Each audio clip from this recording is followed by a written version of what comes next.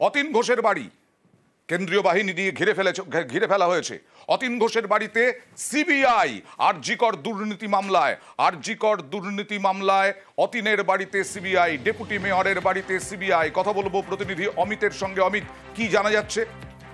দেখো, আরজিকর দুর্নীতি মামলাতে ইতিমধ্যে আরজিকর দুর্নীতি মামলা তদন্তকারী অফিসারটাও সিবিআই এসে পৌঁছছে অতীন ঘোষের বাড়িতে। তোমার জানিয়ে রাখবো, যখন আরজিকর দুর্নীতি মামলা যখন সামনে আসে তখন দেখা গিয়েছিল যে চন্দন লোহ বলে টালা এলাকার এক ব্যক্তি তথ্য উঠে এসেছিল এবং তার স্ত্রী ক্ষমা লোহর নামে আরজিকরের ভেতরে যে ক্যাফে চলতো বা ক্যাফেটেরিয়া চলতো তার বরাত বেআইনিভাবে পাইয়ে দেওয়া হয়েছিল এমনটা অভিযোগ। এই চন্দন লোহের হয়ে অতীন ঘোষ নাকি সঞ্জীব ঘোষের সুপারিশ করেছিলেন বা অনুরোধ করেছিলেন একটি জায়গা তাকে বরাত করে দেওয়া, পাইয়ে দেওয়ার জন্য, এমনটা কিন্তু অভিযোগ ছিল।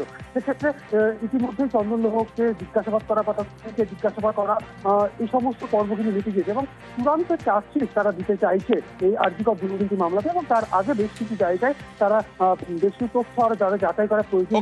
আমি আসছি তোমার কাছে। আরজিকর মামলায় নিউজ 18 বাংলায় এই মুহূর্তে যারা চোখ রেখেছেন তাদের জানাই, অতীনের বাড়িতে CBI, deputy mayor Atin Ghosh, Kolkata পুরসভার ডেপুটি মেয়র অতীন ঘোষ। আগেই এই চন্দন লোহার যার নাম করা হচ্ছে তাকে ডেকে সিবিআই বয়ান রেকর্ড করে এবং বয়ান রেকর্ডের ভিত্তিতেই দাবি যে সিবিআই গেছে আরজিকর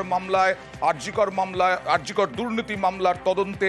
সিবিআই গেছে অতীন ঘোষের বাড়িতে এবং ডেপুটি মেয়রের বাড়িতে। এই মুহূর্তে সিবিআই আধিকারিকরা, কেন্দ্রীয় বাহিনীর জওয়ানরা বাড়ির বাইরে আপনারা দেখছেন প্রভাব খাটিয়ে পরিচিতকে বরাত পাইয়ে দিয়েছিলেন অতীন ঘোষ, এরকমটাই অভিযোগ।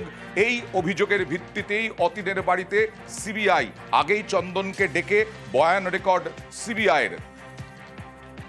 আপনারা দেখছেন সেই অতীন ঘোষের বাড়ির সামনে সিবিআইয়ের গাড়ি এবং কেন্দ্রীয় বাহিনীর জওয়ানরা দুর্নীতির তদন্তে ডেপুটি মেয়রের বাড়িতে। হ্যাঁ অমিত, যেটা বলছিলেন। একেবারে যে বিষয়টা বলছিলাম যে এই আরজিকর নিয়োগ দুর্নীতি মামলাতে চূড়ান্ত চার্জশিট দাখিল করতে চলেছে সিবিআই। খুব শীঘ্রই চূড়ান্ত চার্জশিট দাখিল করা হবে। তার আগে বেশ কিছু ক্ল্যারিফিকেশন তাদের প্রয়োজন, কারণ তদন্ত করতে গিয়ে বেশ কিছু ব্যক্তির নাম উঠে এসেছিল যাদেরকে বিভিন্নভাবে বেআইনিভাবে বরাত পাইয়ে দেওয়া হয়েছিল, তাদের হয়ে কারা সুপারিশ করেছিল, এই ধরনের বেশ কিছু নামও উঠে এসেছিল। সেক্ষেত্রে চন্দন লোহ বা ক্ষমা লোহ যাদের নাম ছিল, সেক্ষেত্রে তাদের বরাত পাইয়ে দেওয়ার ক্ষেত্রে অতীন ঘোষের নাকি অত্যন্ত ঘনিষ্ঠ ছিলেন বা পরিচিত ছিলেন এই চন্দন লোহ এবং তার শ্রী ক্ষমা লোহ। সেক্ষেত্রে যে অভিযোগ উঠেছিল যে সন্দীপ ঘোষের কাছে নাকি চন্দনের হয়ে তিনি সুপারিশ করেছিলেন, এমন একটা তথ্য উঠে এসেছিল।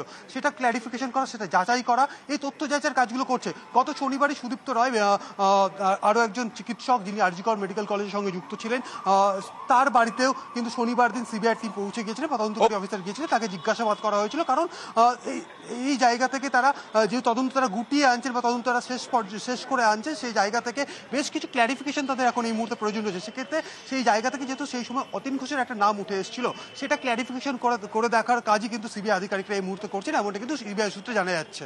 বেশ।